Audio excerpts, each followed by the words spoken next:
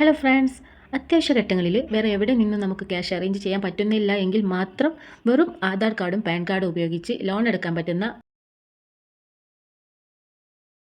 5 ആപ്പുകളെ കുറിച്ചാണ് ഞാൻ ഈ വീഡിയോയിലൂടെ പരിചയപ്പെടുത്താൻ പോകുന്നത്. അപ്പോൾ ആദ്യമായിട്ട് കാണുന്നവർ ചാനലൊന്ന് സബ്സ്ക്രൈബ് ചെയ്യുക, കൂടാതെ ആ ബെല്ലൈക്കണും കൂടെ എനേബിൾ ചെയ്ത് വെക്കുക. ഞാനിടുന്ന വീഡിയോസ് നിങ്ങൾക്ക് നോട്ടിഫിക്കേഷൻ വരുന്നതായിരിക്കും. സ്കാമും കാര്യങ്ങളൊക്കെ പ്രത്യേകം ശ്രദ്ധിക്കണം. RBI അപ്രൂവ്ഡ് ആണോ, നോൺ ബാങ്കിങ് ഫിനാൻഷ്യൽ കമ്പനി അംഗീകരിച്ചിട്ടുള്ളതാണോ ഒക്കെ ചെക്ക് ചെയ്തിട്ട് മാത്രം ലോൺ എടുക്കാൻ നോക്കുക. അപ്പോൾ നമ്മുടെ ഫസ്റ്റ് ആപ്പ് വരുന്നത് മണിവ്യൂ എന്നുള്ളൊരു ആപ്പാണ്.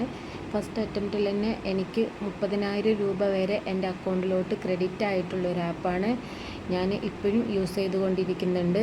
വേറെ സ്കാമോ കാര്യങ്ങളോ ഒന്നുമില്ല. നമ്മൾ എടുക്കുന്ന എമൗണ്ടിൽ നിന്ന് അവരൊരു എമൗണ്ട് അവരുടെ പ്രോസസ്സിംഗ് ഫീസായിട്ട് ഒരു 500 അല്ലെങ്കിൽ 1000 ആയിട്ട് അവർ കട്ട് ചെയ്യുന്നുണ്ട്. വേറെ കാര്യങ്ങളൊന്നുമില്ല. കറക്റ്റ് നമ്മൾ ആ ഡേറ്റിൽ EMI അടച്ചു കഴിഞ്ഞാൽ ഒരു പ്രശ്നമല്ല. 700-ന് മുകളിൽ സിബിൽ സ്കോർ ഉണ്ടെങ്കിൽ ഉറപ്പായിട്ടും നമുക്ക് ഒരു അത്യാവശ്യം നല്ലൊരു എമൗണ്ട് തന്നെ ഇതിൽ നിന്ന് ക്രെഡിറ്റ് ആക്കാൻ പറ്റുന്നതാണ്.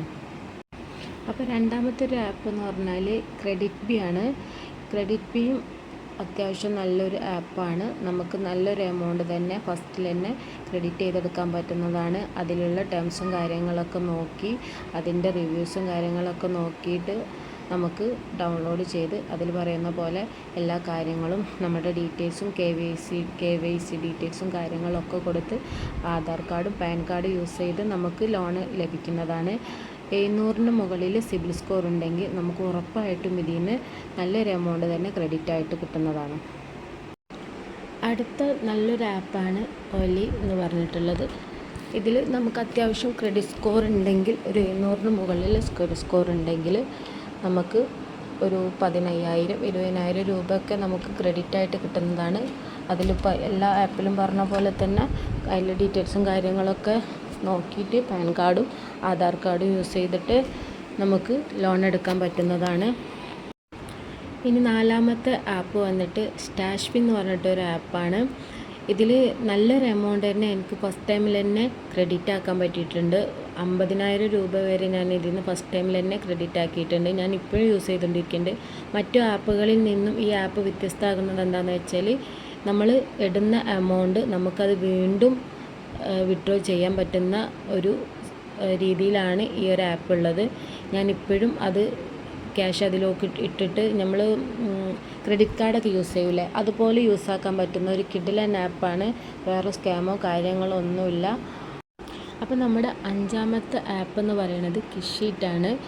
ഇതിലും നല്ലൊരു എമൗണ്ട് തന്നെ നമുക്ക് 700-ന് മുകളിൽ സിബിൽ സ്കോർ ഉണ്ടെങ്കിൽ നമുക്ക് ക്രെഡിറ്റ് ചെയ്ത് കിട്ടുന്നതാണ്. 100% വിശ്വസനീയമാണ്. ഇതിൽ സ്കാമോ കാര്യങ്ങളോ തട്ടിപ്പോ ഒന്നുമില്ല.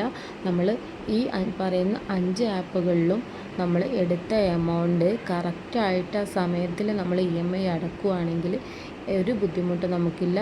മറ്റത് EMI നമ്മൾ തെറ്റിക്കഴിഞ്ഞാൽ നമുക്കത് സിബിൽ സ്കോറിനെ ബാധിക്കും.